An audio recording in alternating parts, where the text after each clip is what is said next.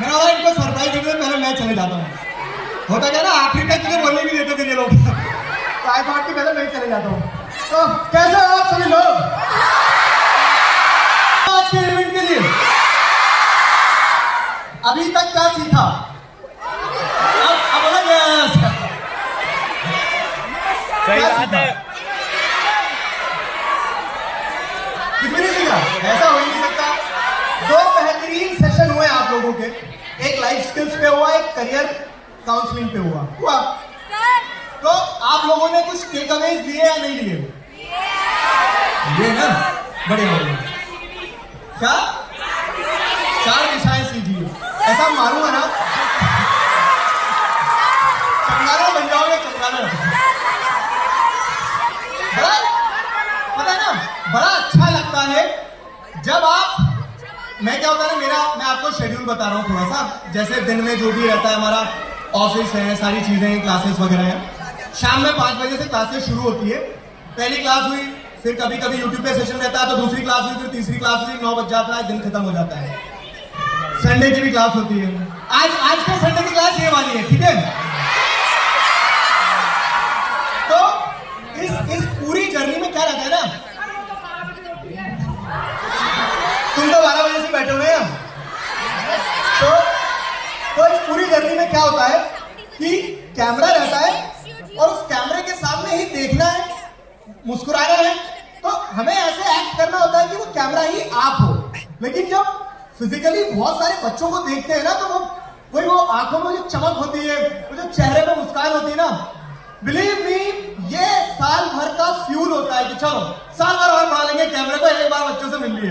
तो this is what it means for me to have physical meetups, to have conclaves, कि जहां आप source of motivation को अपनी आंखों के सामने देख पाते हो। तो thank you everyone for coming. बहुत बहुत शुक्रिया कि आप यहाँ आए। आज हम कुछ बातचीत करेंगे।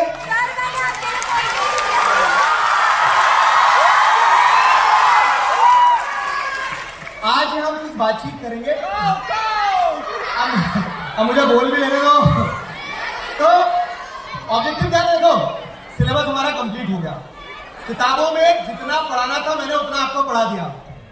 अब अगर समझा जाए चीजों को, तो let us talk beyond books. किताबों के बाहर भी एक दुनिया है, किताबों के बाहर भी एक जीवन है। उस जीवन के इर्द गिर्द चर्चा करते हैं। मैंने एक बहुत अच्छी चीज पढ़ी थी। कभी कभी क्या होता है ना कि आप यूं ही आम व्यक्ति के साथ में बहुत गहरी गहरी बातें करते हो, तो वो बहुत सिरदर्द होता है। इसका उल्टा अगर करोगे ना, कि किसी गहरे व्यक्ति के साथ में, वो आपका दोस्त हो सकता है, वो आपके बच्चे हो सकते हैं, उनके साथ में सिर्फ, तो किसी गहरे रिश्ते के साथ में, जैसा हम लोगों के बीच में, आप लोगों के साथ सिर्फ आम बातचीत की जाए। क्यों? क्योंकि लाइफ के लेसन्स बहुत बड़े बड़े बुक्स में नहीं लिखे होते हैं।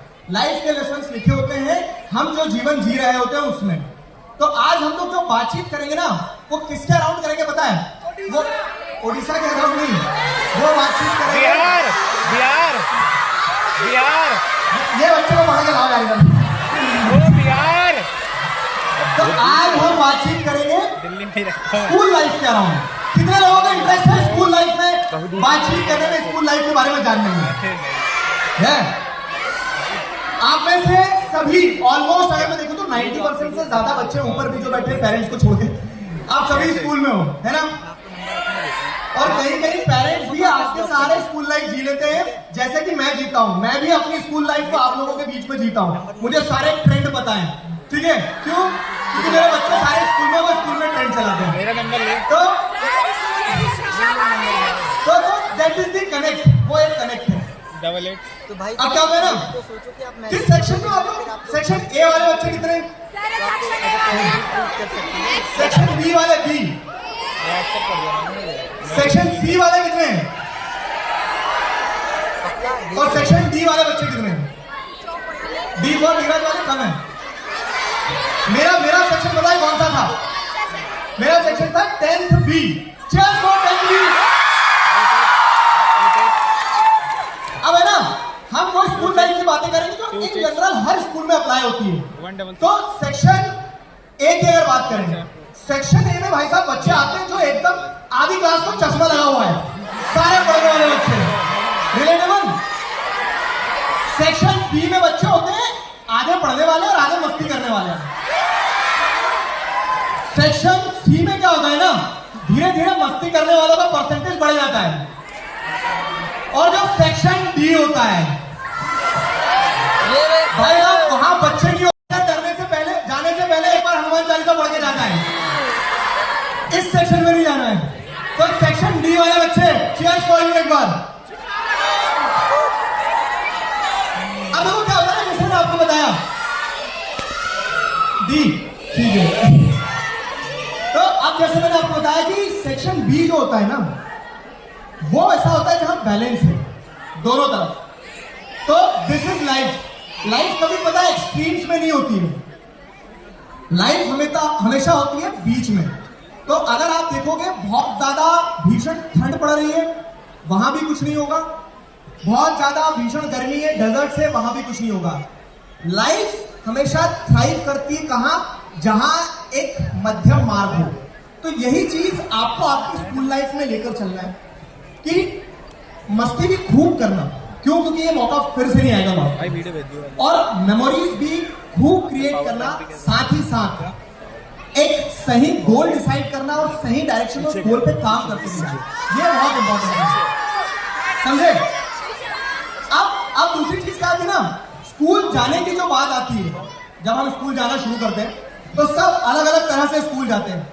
आप में से कितने लोग पेरेंट्स के साथ स्कूल जाते हैं, पेरेंट्स छोड़ने जाते हैं? काफी सारे बच्चे। तो अलग अलग कैटेगरीज है। कुछ बच्चे ऐसे होते हैं जिनको पेरेंट्स छोड़ने जाते हैं। पहले आते हैं वो बच्चे जिनको पेरेंट्स छोड़ने जाते हैं, चुपचाप बेचारे गाड़ी में बैठ के जाएंगे, पेरेंट्स पिक करेंगे और वापस घर आ जाएंगे। दूसरे बच्चे होते हैं कौन, जो साइकिल से जाते हैं, खुद से जाते हैं, साइकिल जा रहे हैं, पैदल जा रहे हैं। तो ये बच्चे क्या है ना, ये स्कूल है, ये घर है, तो ये लोग ऐसे जाते हैं, घूमते फिरते पूरा मतलब शहर नाचते हुए, आपने को इंस्टाग्राम गेड़ी मारते हुए। और तीसरी कैटेगरी के बच्चे आते हैं बस से जाने वाले। बस से जाने वाले भी ठीक ठीक है, लेकिन उस तीसरी कैटेगरी में एक सब कैटेगरी आती है, पता है किसकी?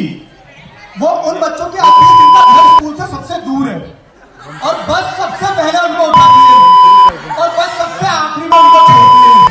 तो स्कूल के अलावा 4 घंटे और उनके बस में निकलते हैं। कितने बच्चे ऐसे हैं? ये अपने आप में एक दुख है कि सबसे पहले बस उठाएगी आपको और सबसे आखिरी में छोड़ेगी, ठीक है? अब मैं तो अलग कैटेगरी में था, मैं तो स्कूल कैसे जाता पता है, साइकिल से जाता था। और बात नहीं मानोगे तुम, जो साइकिल से स्कूल जाने में मजे थे, वो मजे कहीं और दुनिया में नहीं है। क्यों? क्योंकि आप स्कूल हमेशा लेट पहुंचोगे, निकलोगे टाइम से घर, लेकिन पता नहीं रास्ते में कहां गुम हो जाते थे, कहां रुक जाते थे, कैसे गलत दिशा में चले जाते थे। लेकिन हम स्कूल लेट ही पहुंचते थे।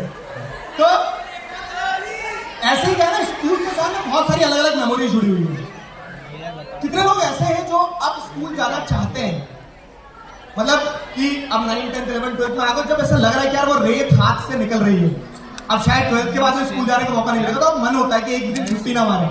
घर वाले बोलते हैं कभी कभी कि आज छुट्टी कर लेने दो ना, तो आप क्या बोलते हैं? नहीं, घर में इज्जत नहीं, वहां तो हमारी इज्जत है। तो दोस्त है हमारे, 4 दोस्त है हमारे, में स्कूल जाने दो। तो यही पता है स्कूल में एक पार्ट है। आपने वो कहानी है, वो लाइनें सुनी होगी ना कि जब प्यार हुआ उस पिंजरे से तो जाने का समय आ गया। वही आप लोगों को भी फील होगा जब आप 12th में होंगे। मेरे साथ चीज क्या है ना, मैं I generally miss my school life. क्यों? क्योंकि इसने मुझे बहुत कुछ सिखाया है। जब हम इस डिस्कशन के एंड तक पहुंचेंगे तो मुझे समझ में आएगा और आप लोगों को मैं बताऊंगा कि कैसे। तो जो हमारी स्कूल लाइफ रहती है ना, वो स्कूल लाइफ अनटोल्ड तरीके से बहुत सारे लेसन देके जाती है। मैं साइकिल से जाता था और कभी कभी बीच में, जैसे जब छोटे थे ना, तो मेरे पेरेंट्स भी मुझे छोड़ने जाते थे स्कूल, तो मेरा स्कूल जाने का ये वो साइकिल रहा एक तरह से। अब स्कूल पहुंच गए। स्कूल पहुंचने के बाद में क्या होता था ना कि स्कूल्स में को-करिकुलर एक्टिविटीज जो होती है वो पढ़ाई से ज्यादा अच्छी होती है। कितने लोग मानते हैं? गेम्स पीरियड जो है, अगर किसी दिन मैथ्स के टीचर ने गेम्स पीरियड ले लिया, सोशल वाले टीचर नहीं लेते, सोशल वाले टीचर तो क्लास में भी गेम्स खिलवाते थे। मैं थोड़े टीचर खिला है? तो को करिकुलर एक्टिविटीज में भी क्या होता है ना, जैसे टीम बनना है बास्केटबॉल की, तो कोई क्राइटेरिया नहीं होता था स्कूल में। स्कूल वाले क्या देखते थे, आते थे लंबे लड़के लड़की कौन है, इनको सबको बास्केटबॉल की टीम में डाल दो। फिर आएंगे और देखेंगे कि मॉनिटर कौन है, चलो क्विज कंपटीशन में डाल दो इनको। और कुछ बच्चे ऐसे होते थे जिनको सारे कंपटीशन में डाल दिया जाता था। इधर उधर मत देखो, मैं हूं, मैंने स्कूल में हर कंपटीशन में पार्टिसिपेट किया। मैंने स्कूल में हर कंपटीशन में पार्टिसिपेट किया। मैं बता रहा हूं तुम्हें, उस समय मुझे ऐसा लगता था कि 12th के बाद में जो सर्टिफिकेट्स है ना, इन सर्टिफिकेट्स के हिसाब से मुझे देश का प्रधानमंत्री बना दिया जाएगा। ढेर सारे सर्टिफिकेट्स इकट्ठे कर लिए। कितने लोगों के पास सर्टिफिकेट्स है? बहुत सारे। इन सर्टिफिकेट्स की क्या सिग्निफिकेंस है वो बताऊंगा मैं आपको भी। अब ये तो को करिकुलर एक्टिविटीज की चीज होगी। अब इन्हीं को करिकुलर एक्टिविटीज में पार्टिसिपेट करते करते आप बड़े हो जाते हो। फिर बड़े होने के बाद में पता है स्कूल में होते हैं इलेक्शंस। कितने लोगों के स्कूल में इलेक्शंस हो चुके हैं? अभी हो गया ऑलमोस्ट। कितने लोग कैबिनेट का पार्ट है, कोई हेड बॉय है, हेड गर्ल है, इस तरह से हो काफी सारे लोग दिख रहे हैं। हेड गर्ल भी है, बढ़िया बढ़िया बढ़िया। क्या ही कर रही है हेड गर्ल मंत्री? तो क्या होता है ना, वो जो स्कूल के इलेक्शन होते हैं भाई, वहां पे भी आपको क्या होता है, पूरी तरह से एक सेटिंग जमाना होती है अपनी। कैसे कि आपको हेड बॉय या हेड गर्ल बनने के लिए सबसे पहले टीचर से बहुत अच्छे रिलेशन होना चाहिए। तो कितने लोग ऐसे हैं जिन्होंने सिर्फ आगे चल के आपको हेड बॉय हेड गर्ल बना लिया, इसके लिए टीचर से बहुत अच्छे रिलेशन बना लिए? मेरे साथ अफसोस मैं तुम्हारी स्कूल में नहीं हूं। तो ये पार्ट होता है। और अगली चीज क्या है ना, जिनका जीवन में आगे चल के नाम होता है ना, उनका बचपन से नाम होता है। मतलब आप स्कूल में एक्टिव रहते हो, और ये एक बहुत इंपॉर्टेंट लेसन है कि आपको स्कूल में बचपन से एक्टिव रहना है। और वो एक्टिव कैसे रहना है, तो इसमें होता है इलेक्शंस होते हैं। अब इलेक्शन में वो हेड बॉय हेड गर्ल किसको बनाएंगे पता है? जो बच्चा हर चीज में एक्टिव होगा। तो जब जहां जो मौका मिले ना, अपना नाम दे दिया करना, ये इंपॉर्टेंट चीज है। अभी तो बताऊंगा अपनी लाइफ से कैसे मेरे लिए इंपॉर्टेंट था। तो जब भी कोई भी को करिकुलर एक्टिविटी हो रही है, बड़ा चढ़ के उसमें हिस्सा लेना। अब इन को करिकुलर एक्टिविटीज का पता नहीं कब नेचर बदल जाता है, कब दशहरा आता है, और दशहरे के बाद में इन को करिकुलर एक्टिविटीज में बम फोड़ने की भी एक्टिविटी अपने आप ऐड हो जाती है। आप में से कितने लोग आपके टीचर्स हैं? नहीं है। कितने लोगों ने ये अटेम्प्ट किया कि एक बार स्कूल में बम तो फोड़ूंगा? बहुत सारे। वो जो टाइम पीरियड रहता है ना, वो जो टाइम पीरियड रहता है दशहरे से लगाकर दिवाली तक का, वो पूरा दहशत वाला समय रहता है। कोई गारंटी नहीं है, असेंबली चल रही है और असेंबली का जो लोग ना 2 मिनट का साइलेंस रखेंगे, 2 मिनट के साइलेंस में अचानक से बम उड़ जाए। जिनका लो ब्लड प्रेशर रहता है, जिन बच्चों का, एक आधा वो बच्चा असेंबली में गिर जाए, मूर्छित हो गए, तब जो तृप्ति मिलती है मन को कि हाँ मिशन सक्सेसफुल हुआ। और अच्छा इसमें क्या है ना, बच्चे नहीं होते हैं भाई साहब, पूरा प्लान तरीके से बम बनाना सीखते हो। कैसे? वो अगरबत्ती होती है, वो मच्छर छाप अगरबत्ती जो होती है, उसमें ना एक एंड पे सुतली बत्ती वो लगाई जाती है, तो आग लगा दी जाती है। वो टाइमिंग के हिसाब से धीरे घूमती है, और वो बत्ती के पास पहुंचती है, और फिर लगाने के 20 मिनट बाद बम फूटता है। पूरा कैलकुलेटेड होता है। ऐसी ट्रेनिंग दी है जैसे कहीं तालिबान से सीख के आए पूरा। तो ये स्कूल की कोर मेमोरीज है जो मुझे लगता है कि आपका स्कूल टियर 1 सिटी में, टियर 2 सिटी में पहला स्कूल है, सरकारी स्कूल है, हर स्कूल में ये चीजें हो रही होती है। सबकी स्कूल में हो रहा होता है। तो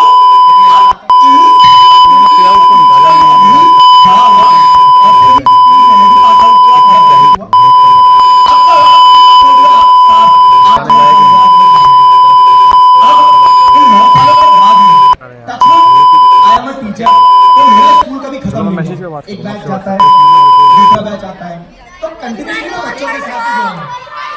एक बैच को विदा करते हैं कि जाओ बाबू की दुआ लेते जाओ, दूसरा बैच आ जाता है, तो वो लर्निंग और टीचिंग का साइकिल कंटिन्यूसली चलते रहता है।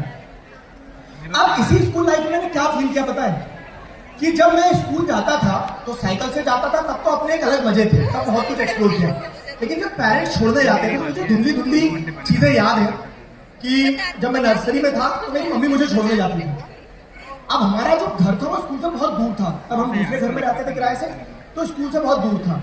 और स्कूल में जब आप नर्सरी में होते हो ना तो वहाँ स्कूल तो सिर्फ इसलिए ले जाया जाता है आपको कि आप बैठ पाओ 2 मिनट। क्यों? क्योंकि आप जाते थे, वहां रोना शुरू कर देते थे और थोड़ी देर में छुट्टी हो जाती थी। तो मेरी मम्मी मुझे गोदी में बिठाकर कच्चे रास्तों से बहुत दूर लेकर जाती थी पैदल पैदल, ठीक है। अब क्या होता, वो पहुंचती थी वहां, अब वापस घर जाएंगी, थोड़ा सा काम करेंगे और वापस लेने का टाइम हो जाता था। तो उनके लिए वो क्या होता थी, मॉर्निंग वॉक बहुत लंबी होती थी, किलोमीटर तक वो पैदल चलती थी। तो आज जब मैं स्कूल लाइफ पास कर गया तो मुझे रियलाइज हुआ कि अगर उस समय उन्होंने मुझे स्कूल में ले जाना लाना नहीं किया होता तो शायद मैं आगे पढ़ नहीं पाता। एक बहुत छोटा सा फैक्ट है। तो ऐसे ही अगर लाइफ में आप अपने हीरोज को देखते चलोगे ना तो आपके आज आप लोगों को ऐसा लग रहा है कि दिग्रासरिया खड़े हो रहे हैं, दिग्रासरिया, लेकिन फैक्ट ये है कि ये जर्नी सिर्फ मेरी जर्नी रही है, नहीं रही है। मैं आपको सिर्फ एक इंस्टांस से बता रहा हूं कि जैसे अगर मेरी मम्मी उस समय मुझे स्कूल ना ले जाती, उतना संघर्ष वो नहीं करती, तो शायद आज मैं नहीं होता। और ये एक इंसिडेंट नहीं है, ऐसे हजारों लाखों लोग होंगे आपके लाइफ में। आपको क्या लगता है कि आपकी लाइफ में जो अचीव कर रहे हो आप खुद कर रहे हो? बिल्कुल नहीं। इस गलत फहमी में कभी मत रहना। साइलेंटली आपके लिए हजारों लोग प्रे कर रहे होते हैं, साइलेंटली आपके लिए हजारों लोग एफर्ट्स लगा रहे होते हैं, तब जाकर आप बनते हो। और उन हजारों लोगों में मैं ग्रेटफुल हूं कि आप सब लोग हो जिनने मुझे आज ये मुकाम दिया है। तो thank you very much for that. आपकी जर्नी नहीं होती है, वो हमारी जर्नी होती है। इसीलिए मैं हमेशा कहता हूं कि मैं जो भी हूं आप लोगों से हूं। दूसरी चीज, अब अगर बात की जाए ना को करिकुलर एक्टिविटीज की, तो आज मैं यहां अगर माइक पकड़ के बोल पा रहा हूं ना तो उसका कारण क्या है पता है? मैं 4th क्लास में था और उस 4th क्लास में हमारे स्कूल में क्रिसमस का कंपटीशन हो रहा था। वहां से है ना किसी ने मतलब जो एंकर थे स्टेज पर, उन्होंने क्वेश्चन पूछा, ऐसे ऑडियंस बैठी थी बहुत सारी। मैं कॉन्वेंट स्कूल में पढ़ता था कि जब यीशु मसीह का जन्म हुआ तो सबसे पहले उन्हें किसने देखा? तो मुझे आंसर पता था, चरवाहों ने देखा। अब हुआ क्या है ना, वो दिन था, 4th क्लास की बात बता रहा हूं, मैंने अपनी पूरी हिम्मत लगा के हाथ ऊपर किया और हाथ ऊपर करके वो आंसर दिया कि चरवाहों ने देखा। और वो आंसर देने में जितनी हिम्मत मुझे लगी थी ना, उसके अलावा जीवन में कभी उतनी हिम्मत नहीं लगी। तो इट्स नॉट अबाउट कि आपके अंदर क्या स्किल्स है, आपके अंदर क्या नॉलेज है, आपके अंदर कितनी हिम्मत है। It's important to show up. तो जब भी आपको स्कूल में को-करिकुलर एक्टिविटीज के थ्रू मौका मिले ना शो अप करने का, मैं आज अपनी लर्निंग्स बता रहा हूं आपको, शो अप जरूर करना। भले ही गलत आंसर दो। मैं उस दिन स्टेज पे खड़ा हुआ, मेरे पैर दोनों थरथरा रहे थे, लिटरली थरथरा रहे थे, ऐसा लग रहा था गिरना जाऊं कहीं। लेकिन उस दिन वो जो करेज लिया, तो वो करेज है कि जिसने आज मुझे वो हिम्मत दी कि मैं आज खड़े होकर बहुत सारे बच्चों से बात कर पाऊं, सिर्फ एक आंसर ना दे पाऊं, बहुत सारे बच्चों से बात कर पाऊं। तो ये इंपॉर्टेंट रोल होता है। तो जहां मौका मिले माइक पकड़ लेना, माइक छुड़ा लेना, लेकिन बोलना। क्यों? क्योंकि वो धीरे धीरे आप बिल्डअप करोगे। अब तीसरी चीज क्या होगा ना, स्कूल में जैसे ये को करिकुलर एक्टिविटीज चलते क्या हो जाएगी ना, स्कूल के इलेक्शंस में, स्कूल की रिस्पॉन्सिबिलिटीज में कन्वर्ट हो जाएगी। तो वहां जब मौका मिले तो वहां खुल के पार्टिसिपेट करना। हारोगे जीतोगे वो मायने नहीं रखता है। क्यों? क्योंकि ये पार्ट है और ये चलता रहता है। लेकिन अगर आप पार्टिसिपेट नहीं करोगे तो आप लाइफ में बहुत बड़ी चीज रिग्रेट करोगे।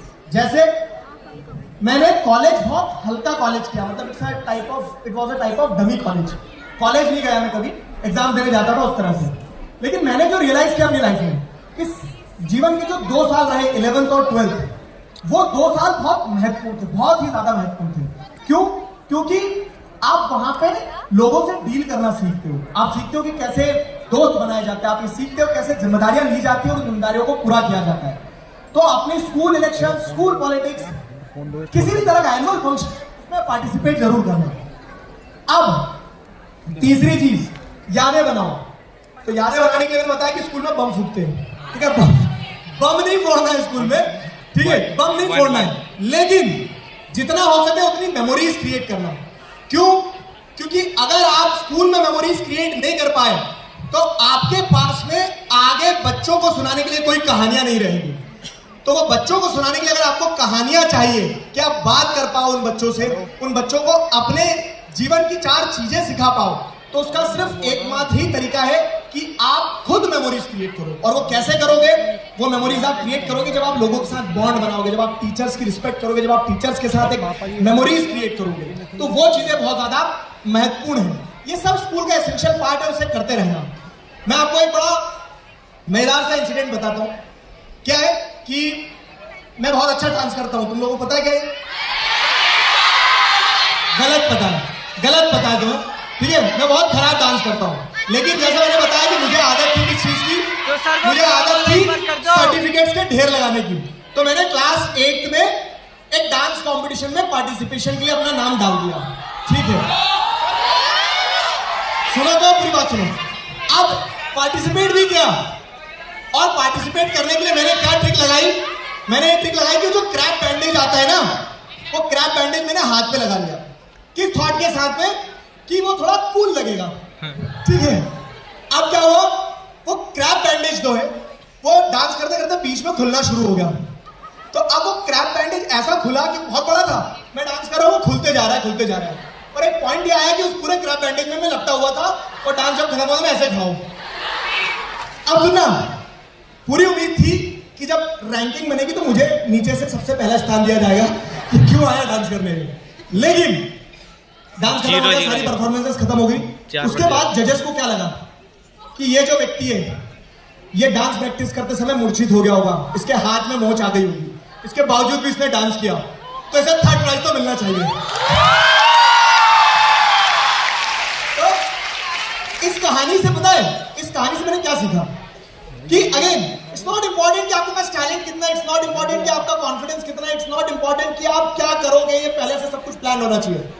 It's important to show up. और अगर इस पूरे कन्वर्सेशन से आप कुछ लेके जाओगे ना, तो इस स्कूल लाइफ में आपको बहुत सारे मौके मिलेंगे जहां आपके अंदर बैठा एक बच्चा अपने आप को पीछे खींच रहा होगा कि पागल है क्या, लोग हंसेंगे। लेकिन वहां मैं आपसे सिर्फ एक चीज चाहता हूं, क्या? कि just go and show up. क्यों? क्योंकि वो कर देने से आधा काम हो जाता है। आपको नहीं पता लगेगा कब आपको थर्ड प्राइज मिल जाएगा और कब आपको फर्स्ट प्राइज मिल जाएगा। तो my best wishes for everyone. Thank you for being a patient listener.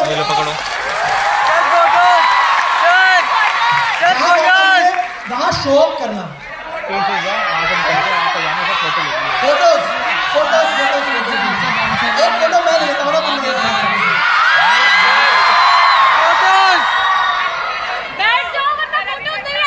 साहब हम यहाँ पे हमारे कॉन्क्लेव में आए थे, और उस कॉन्क्लेव में हमें बहुत सारे बच्चे मिले, और उन बहुत सारे बच्चों का प्यार आप देखना चाहोगे अगर, तो बहुत सारे बच्चों का प्यार ऐसा दिखता है।